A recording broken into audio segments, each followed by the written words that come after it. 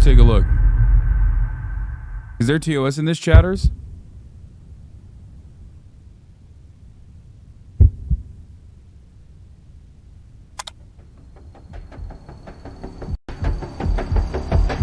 YUGOPINK also now a Twitch streamer as well. YUGOPINK Twitch.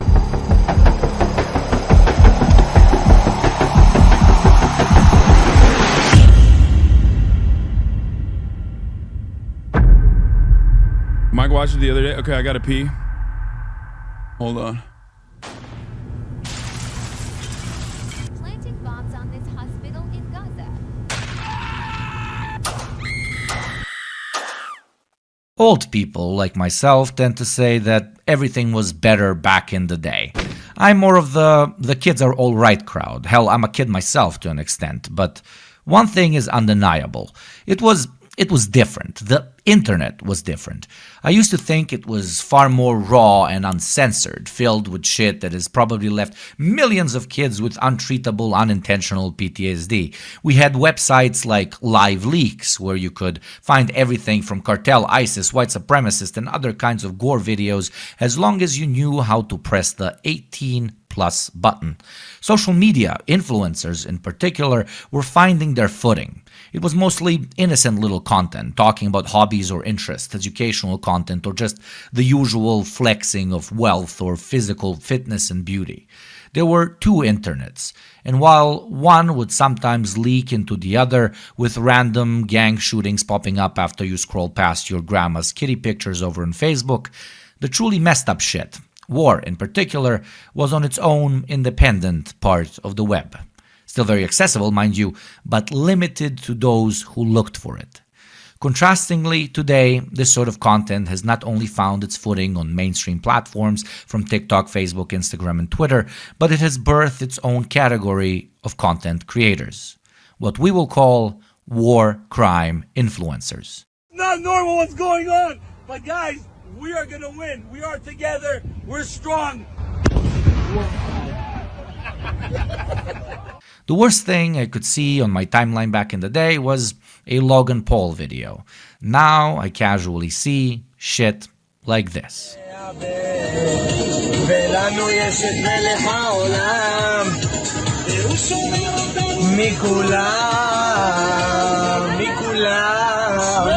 right, gentlemen. And so one thing that I want to talk about here is this. We often forget how violent of a culture America is, right?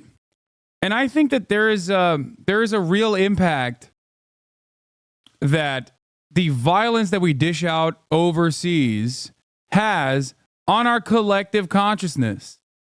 Okay? You can't get away with being a violent imperial force that destroys lives and livelihoods and then permanently justifies that as though it's an act of good that we are engaging in, and not have cultural ramifications here internally. That violence comes back and haunts us as well. Okay? I do believe that. And I think that the same attitude is now being plastered all over Israel.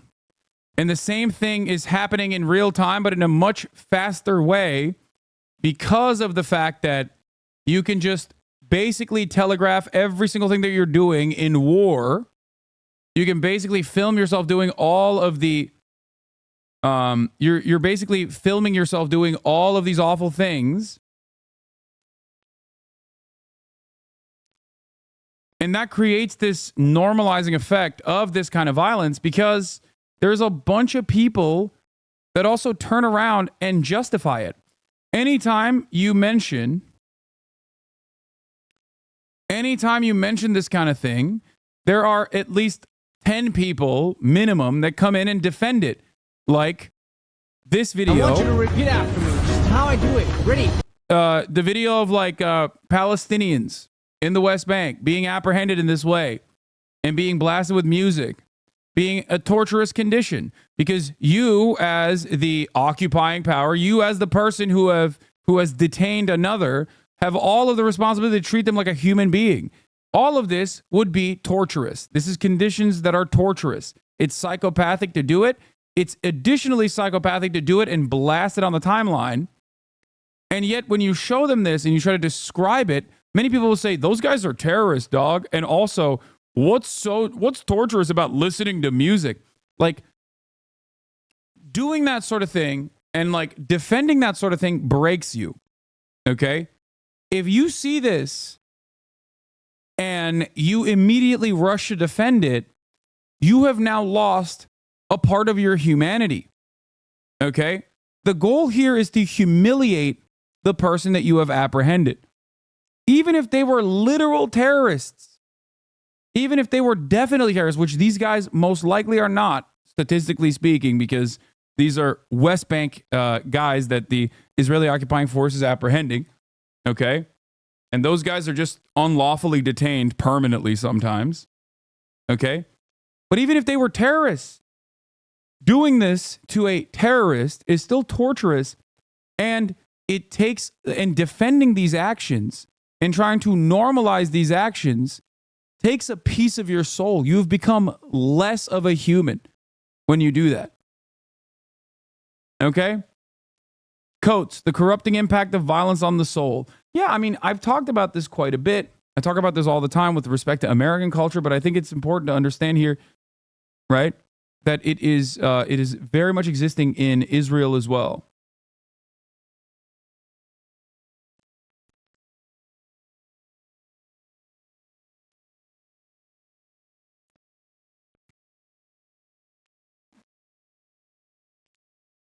And I don't think people recognize that. Like, when you become desensitized to this kind of violence, okay, you've become less human. Okay?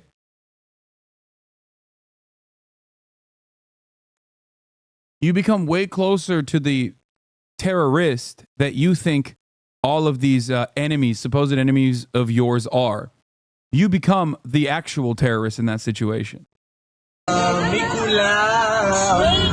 gentlemen, I want you to repeat after me, just how I do it. Ready? Your turn. Another good time. You see, the leak in Live Leak kind of tells you that most of these videos were uploaded by a third party after they uncovered it somewhere in the depths of the web or in IRL.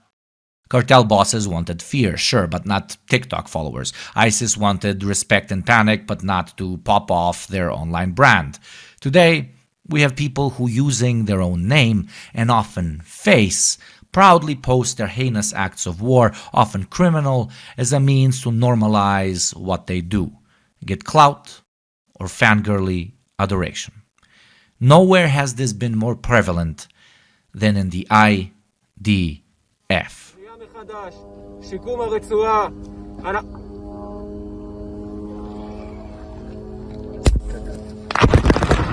Why do you think COD and other hyper-violent games are mainstream? They don't cause this, but they're certainly reflective of it.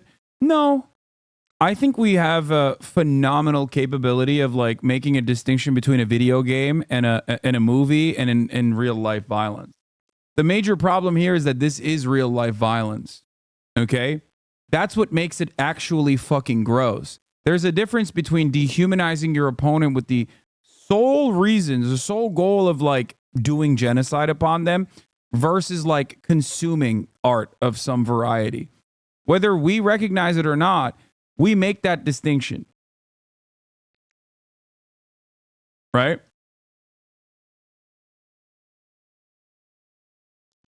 That's why you can so easily do things in Grand Theft Auto that you would never in a million years do in the real world. Because you don't even think about it as like being anything but a video game. And by the way, there is empirical evidence to suggest this, for the record. I know that the chatter wasn't saying video game violence causes IRL violence, by the way.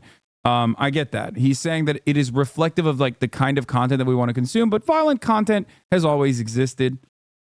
I don't think that that is like, I think violence is an inherent part of humanity. It happens all the time, and it has existed in freaking cave paintings, you know? So it's always going to exist in our art. I don't think it's like reflective of anything beyond the fact that it is genuinely just a part of our existence, right? So yeah.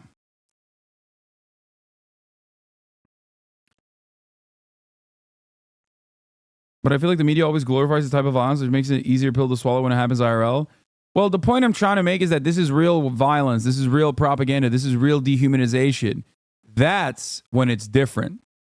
There's a difference between watching a snuff film and watching a movie, guys. The difference is that's a real thing that happened to a real person. That's why it's supposed to be traumatizing, okay? That is the distinction I believe YUGOPINK is trying to make here as well. For those of you who don't understand, live leak is a leak because it's not meant to be out there, okay?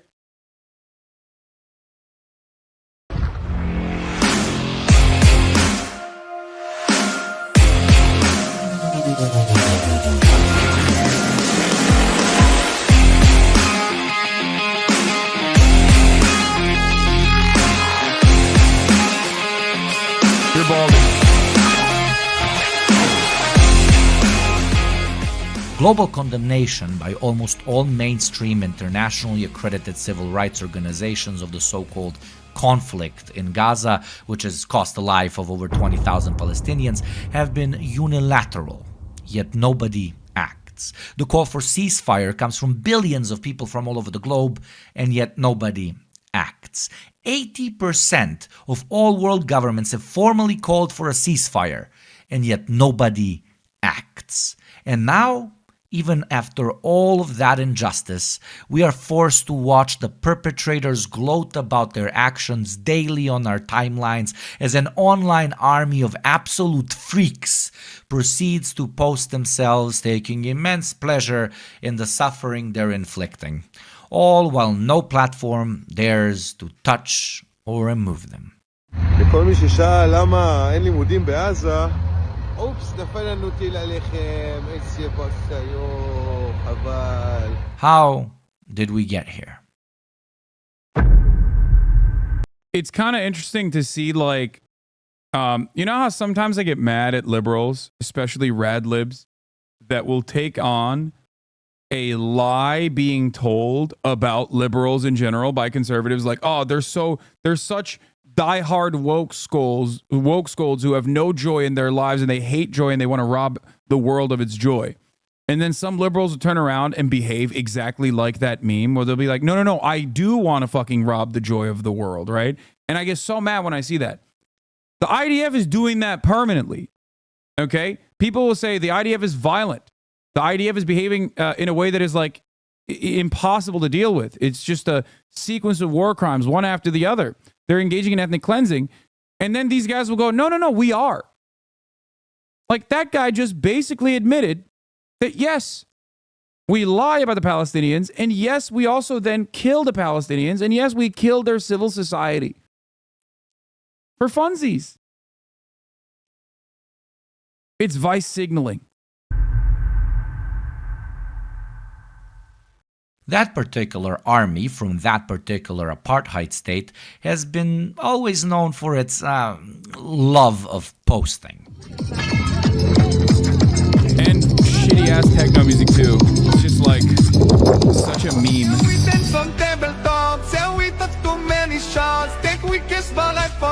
Last Friday night, yeah, we mixed our credit cards. I got kicked out of the bar, so we hit the boulevard. And while it was almost slightly distasteful as these videos would go up in between random acts of ethnic-based violence, It is kind of funny, like, God. Israelis love, like the IDF especially, they love, one, taking like, obviously doing ethnic cleansing here. The IDF loves doing ethnic cleansing while simultaneously basically stealing everything from the people that they're ethnically cleansing, like the music, the culture, the art, the food, while also simultaneously wiping it out and then putting a fucking shitty ass dance over it. It is like watching white supremacy, not saying that Israel is white, obviously, but it is like almost perfectly analogous to what like white people have done to black people. Right? In the United States of America, in England, like, but especially in the United States of America, because the United States of America is a settler colony. So it's like almost perfectly analogous. And it is this idea of like wiping out black people and having black people like redefine cultural norms for themselves in the aftermath of chattel slavery. Okay. And then just like taking all of these like cultural norms. Katy Perry is Palestinian. Yeah, I'm talking about Katy Perry. Thank you for understanding the point that I'm making.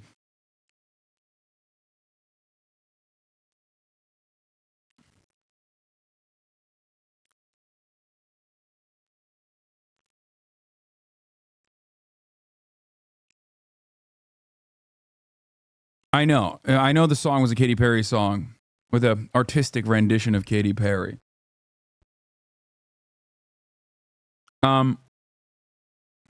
That is like, it's almost a perfect study.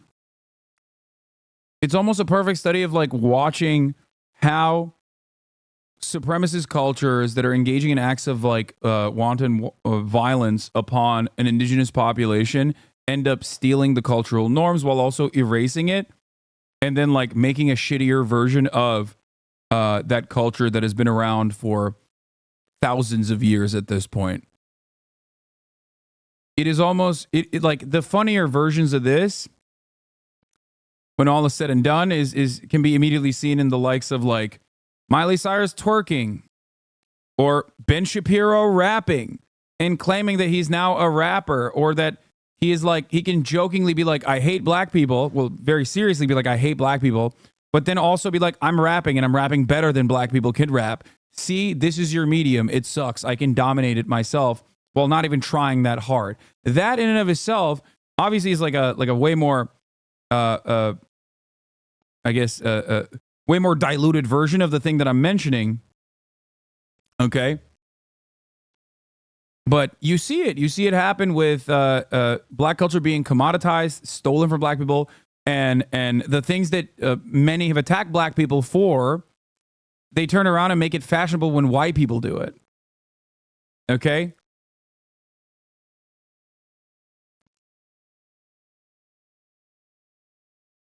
And Israel is basically doing that in real time right now. It's almost like I don't know. It's almost like a cultural study that you can watch in real time and experience in real time, happening and unfolding right in front of our eyes. Exactly what this country did as a settler colony originally to the indigenous population and also the black population as well, what we've done to black people in general and continue to do to black people now. So yeah, interesting stuff. Violence being committed on the streets. It was mostly just that, dancing. I mean, yeah, the IDF has always been very good at pitching their army to Westerners as one being of quote-unquote higher caliber than those of their neighbors. Look at us, we're so silly and chill. We have vegan food that we serve because we care about animals and ethics. We have all these beautiful people in uniform. It almost looks like we're edgy New York content creators, not a brutal occupying army. Speaking of someone who's not a brutal occupying army, just a guy who posts on the internet, are we really going to let these people have more subscribers than me? Damn, dude. That's a way weaker segue than my top of the hour ad break debates, okay? Because at the top of the hour, there's a 3-minute ad break, and if you no longer want to see those ads, all you need to do is subscribe. Subscribe to YUGOPINK as well, obviously. On YouTube, he's a great content creator. He also streams on Twitch now, YUGOPINK Twitch. But also subscribe to me for $5 or for free at the top of the hour if you don't want to see the 3-minute ad break. That's right. At the top of the hour, there is a 3-minute ad break. You can also get gifted a sub if you're lucky. Here's the 3-minute ad break now. That can't be right, so go on, press the subscribe button right now and contribute to less war crime endorsing videos on this big little platform of ours. Anyways, I can't believe I'll say this, but I miss those little cringy dance videos, because what we have now is far more mask off than any journalist could dig up.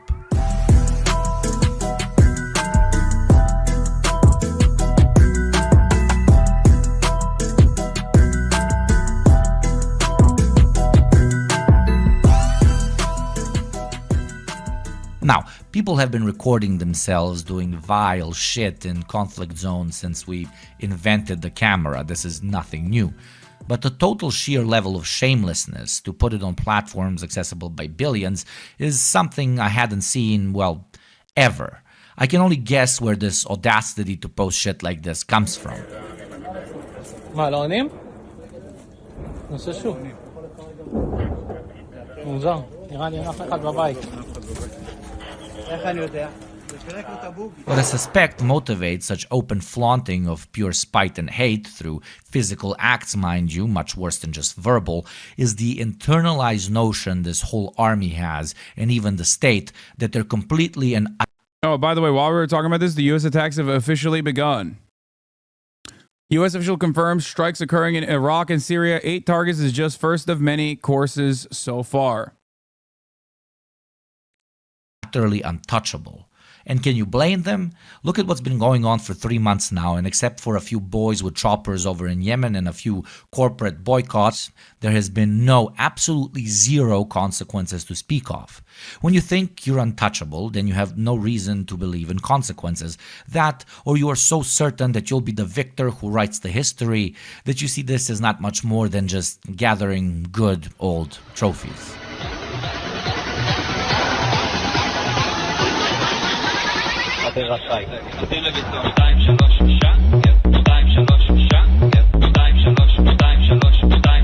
So fucking gross, dude. So unimaginably gross. But also, of course, like the fact that there's also techno, like shitty ass techno blasting as well, makes this so uniquely Israel. You can't have it be an Israeli staple without shitty fucking EDM, dude. Jesus Christ.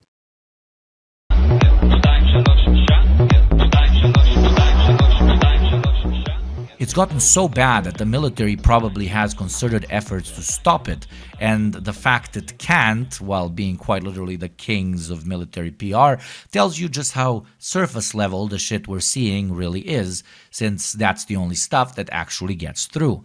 I mean, we're talking about a country which has a whole department of internet scavengers that both post, manipulate, and push rhetorics online, as well as a country with defined organs to getting people thrown out of their jobs, sometimes rightfully for expressing anti-Semitic lunacy, but other times simply due to their...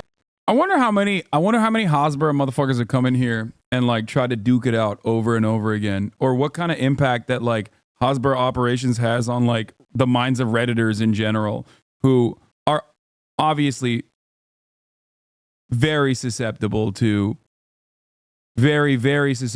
like looking at a situation and being like, well, a lot of people also feel that this is the correct thing, so I guess maybe I also believe it. You know what I mean?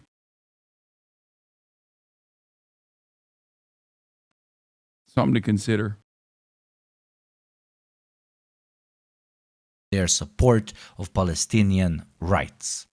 But enough about the army. What about the internet's role in this whole thing? The reason I mentioned that I no longer believe that the internet used to be more raw and uncensored in the past is because we don't even notice when something is raw and uncensored nowadays.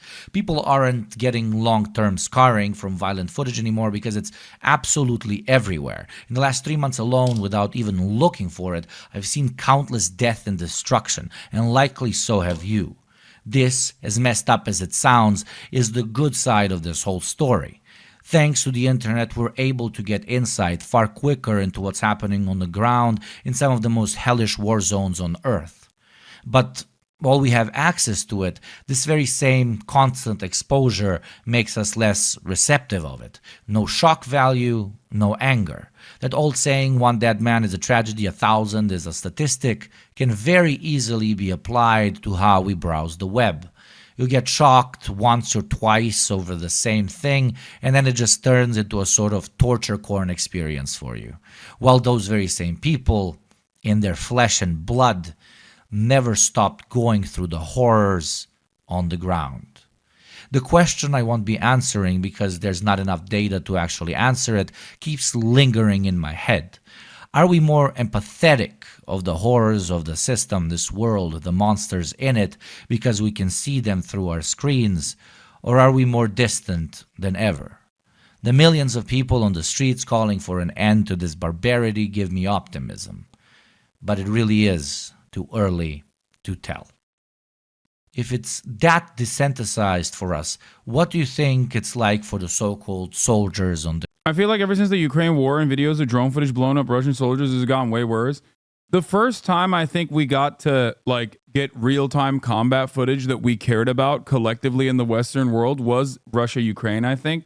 Obviously, it existed in Syria. It existed with like ISIS doing this kind of thing. But before,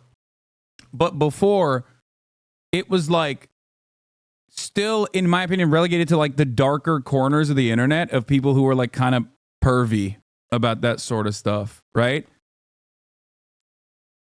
Like the way that this turned into like mass, readily consumable content for like available content for readily consumable for mass consumption is like turning away from like being live leak shit to directly something that like the average normie has encountered online, whether it be on TikTok or whether it be on Reddit, was I think Russia, Ukraine. It has existed, of course, because like I said, war has been the same. All war is a crime. But the way we see and the way we perceive war has changed in dramatic ways. It used to just be something that you didn't accidentally stumble upon, but like you had to search for it and see these like crazy videos. Even with Syria, it was still like 4chan. But now, because of the 4chanification of Reddit and Twitter, and even TikTok in some ways, you see it everywhere. Normies are watching it. Normies are consuming it. And I think the turning point was Ukraine.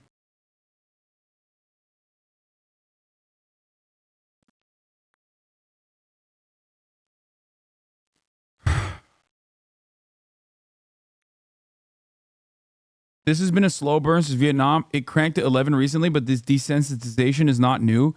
No, my point is, I don't know if I'm making my point clear here, because clearly there are still people who are confused. All of this stuff has always existed. War crimes have always happened. Some of it even filmed, okay? But the limitations of technology and the fact that like social media was not readily available, obviously, or did not exist before the internet, and before social media platforms would like allow this sort of thing, this was not something you could easily find. Okay? This was not something you could easily find. And it certainly, as a consequence of technology and social media, became more readily available, but it still was not like accessible to mass consumption until, I would say, Reddit, the 4chanification of like social media sites, especially Reddit with Ukraine, okay? And this becoming something that you don't just like see through a filter in mainstream media like CNN, okay? But something that you could literally stumble upon even if you weren't looking for it.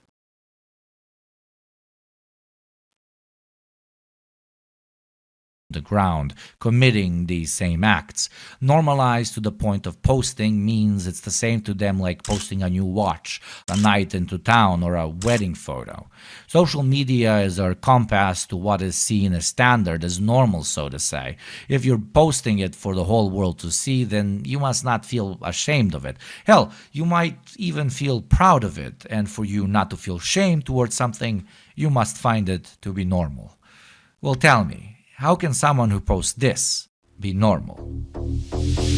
Like, in my opinion, one of the versions of this that like normalizes war and war crimes in general is like the age-old thing where you go and like you sign an artillery shell or you sign a missile with your name.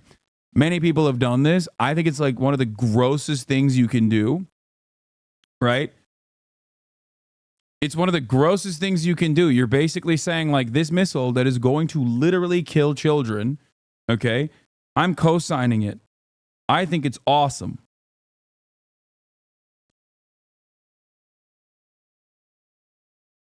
I personally find that to be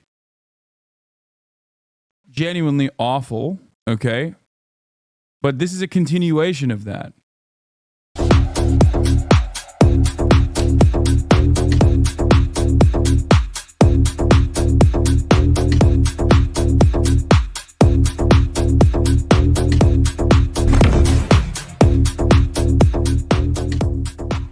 It's almost as if the general need to post is unironically, and sorry, but this is genuinely funny. It's almost as if the general need to post is more important to some people than staying out of jail. It's not the internet's fault. It's not some blood or culture thing either. It's a state deepening into fascistic genocidal fervor, which leads to a change in what is defined as normal that turns its perceived enemy into a dehumanized punching bag.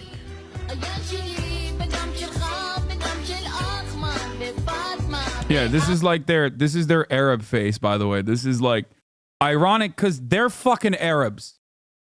They're just Arab Jews. How do you literally lose sight of what you're doing? Like, how do you unironically engage in this level of like racism when you yourself are literally Arab? Okay? They're not. They're European colonizers. Man, shut up. That's not fucking true. Not everything has to be understood from the incredibly American framework of like white guy from Europe is bad versus against the marginalized indigenous population of like non-whites. No. They are white. The fuck are you on? Oh my God. Oh my Lord. Oh my fucking God. Israel has a ginormous population of Arab Jews. They are simply classified as Jews and classified differently than Muslim and Christian Arabs in the country. That does not change the reality that they are literally still fucking Arab. That's why if nobody was wearing their gear, okay, it would be virtually impossible to tell the Arab citizens, okay, the Arab Jews versus the Palestinian Arabs apart.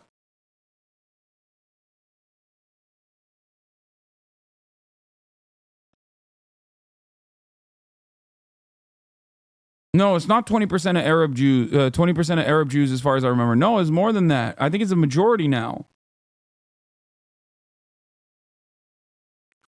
People think like all the Jews are Ashkenazi or something. Like the white Jews, like the Polish, Ukrainian, like those guys are not like they don't comprise the majority of Jews in Israel. Okay, I mean I don't know if it's the Arab Jews that are the Mizrahi Jews that are 20% is just Palestinian citizens of Israel. So it's the Muslim and Christian Arabs.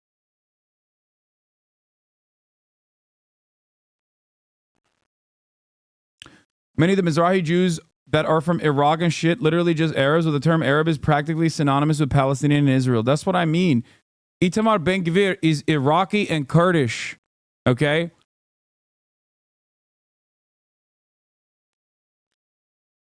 It's just odd to see it's odd to see like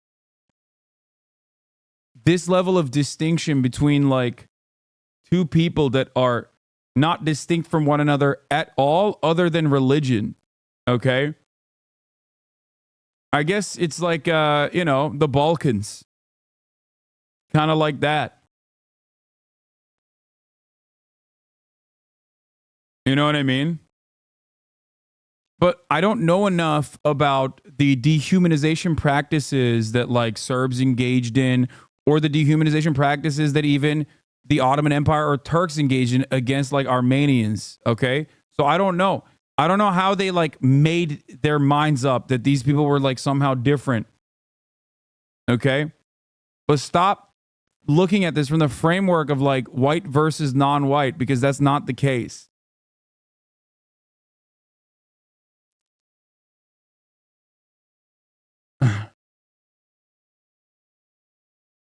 You're orientalizing distinct ethnicities, in my opinion. Also, maybe our conceptions of white vary.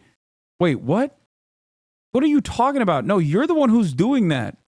If you say that Israel is just like white and it's made up of white people, you are the one who is doing that. I'm right. You're wrong in this circumstance.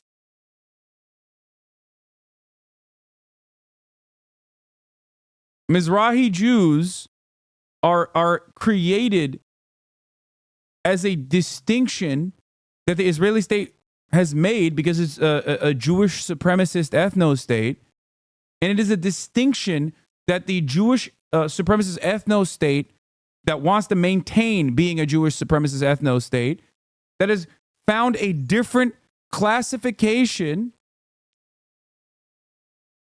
for non-Jews, claiming that Jews who are of Arab descent that come from Arab countries that are just Arab. They consume Arab food. They are like their families have lived in the MENA region for generations, not in Israel directly, but in many instances, other parts of MENA that have a distinct cultural touch points that they brought back, like cultural practices they brought back into Israel. Like all of that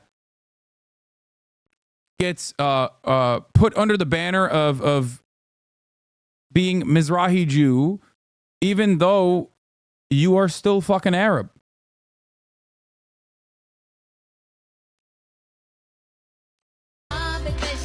Just nowadays, it also posts about it.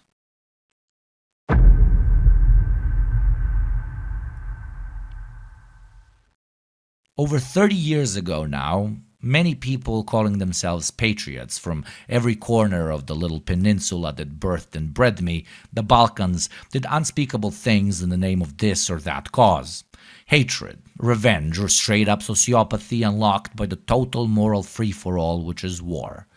Many of these same men recorded home videos of their deeds, thinking they're untouchable, thinking they'll be victors. And while many remain free to this day, a lot of them are rotting in jail or in the ground, because their vanity reached such heights that they recorded their ungodly actions. Receipts, ladies, gentlemen, and tavarishi, eventually fall out of our pockets, and the IDF has a lot of receipts. Yeah.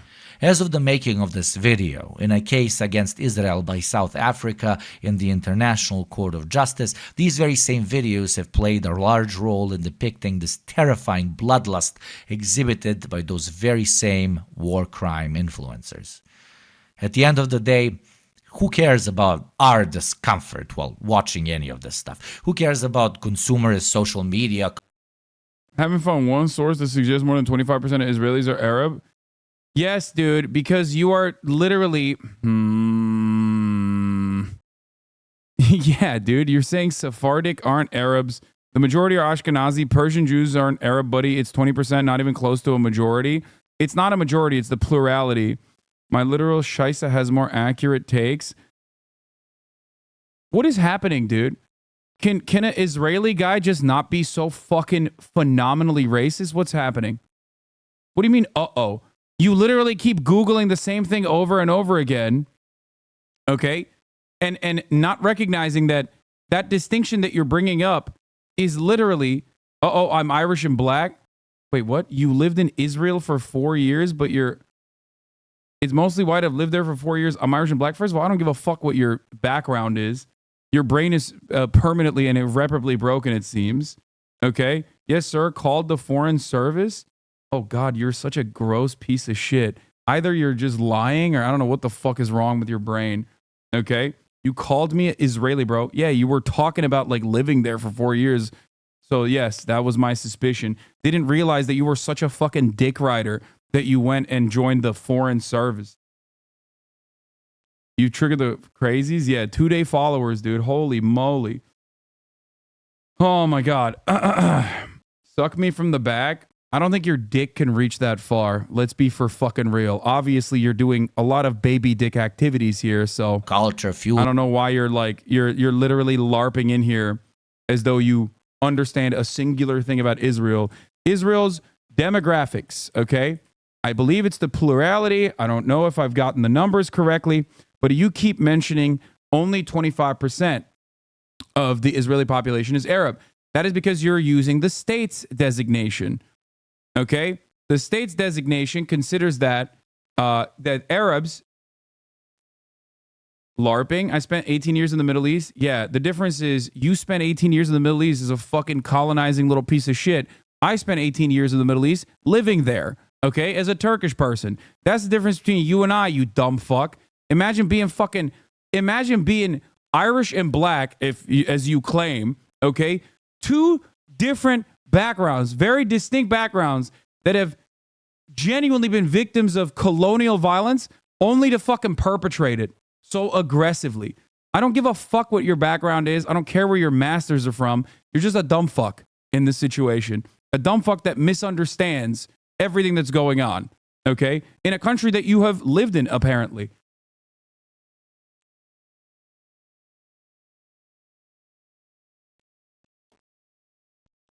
Anyway.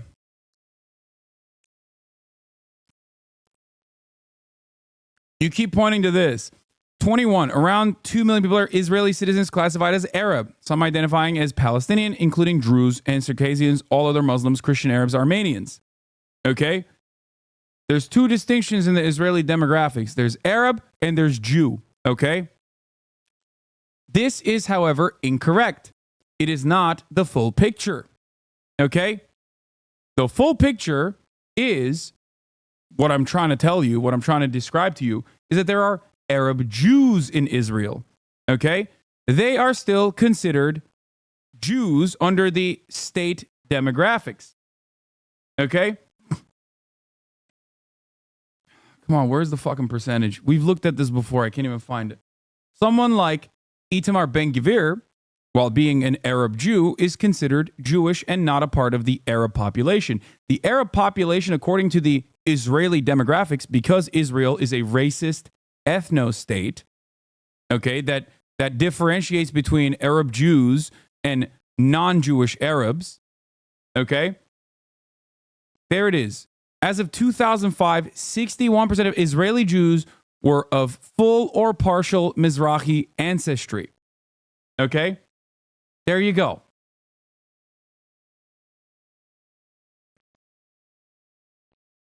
When you comprise it, if you look at MENA, if you look at like the MENA region in general, Sephardim, which is from Morocco and Spain, and Mizrahi, which are Middle Eastern Jews, they make up, I believe, 48% of the entire population, but they make up 61% of the Israeli Jewish population. Okay? This is akin to saying Trevor Noah isn't black but colored because that's how the South African state defines race. It literally comes down to Israel not defining Jews from Arab countries as Arab. Exactly. It is such an odd thing to come in here and argue about and demonstrate your lack of knowledge on this. Okay? It's also weird to argue on this point from incredibly racist talking points that the incredibly racist apartheid state has designed.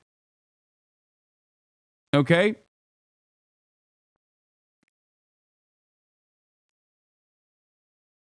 No, this is just like the diverse religious background amongst Judaism and shit. That's not what I'm talking about. I still disagree with Hasan that this isn't a religious war. Of course it's not a religious war. Religion is a tool, chatter. Not. When was I racist? I made a mistake on... What? I made a mistake on percentages still work? No. Your issue wasn't that you simply made a mistake on percentages. You made a mistake on percentages that literally... That was incredibly fucking annoying.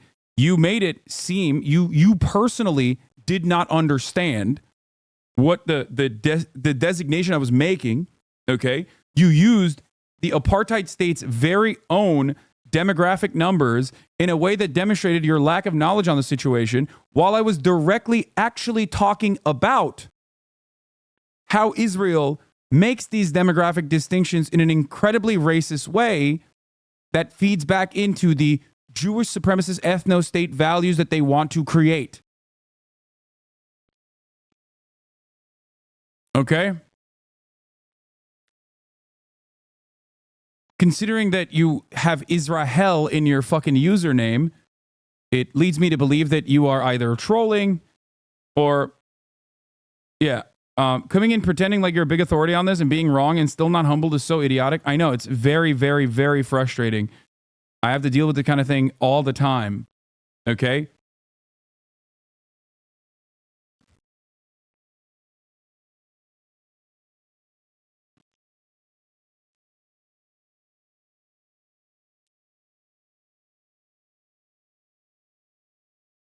Stop being a fucking dumb fuck. Humble yourself a little bit, and understand that maybe there are depths to maybe you can be out of your element a little bit. Maybe you don't know the full picture. There's a reason why you're watching me on the other side of the computer and I'm not watching you talk about this issue. It's because I might know a little bit more than you on this matter, even if you yourself lived there for 4 years. Okay? You just got debated into spending 5 minutes on race science by an actual Hasbro agent, Lamau. It doesn't matter. This was quite informative for many, I think, who also don't understand this distinction. This is an important distinction to make. So I will always still use the opportunity to educate chatters. Okay? Yeah, many people don't know this. Many people think like, oh, well, 25% or 20% of the Israeli population is Arab. What are you talking about? Not realizing that a gigantic chunk of the Israeli population across the board are Arab Jews that are not defined as Arab Jews, but simply as Jews, Mizrahi Jews or Sephardic Jews. And the reason for that designation is because it is an apartheid regime. Okay? So no, I will use chatters as a jump off point. Okay? I will do it over and over again. That's kind of the whole point. This or whatever. I say, if evil wants to unmask itself, let it, so the whole world can see.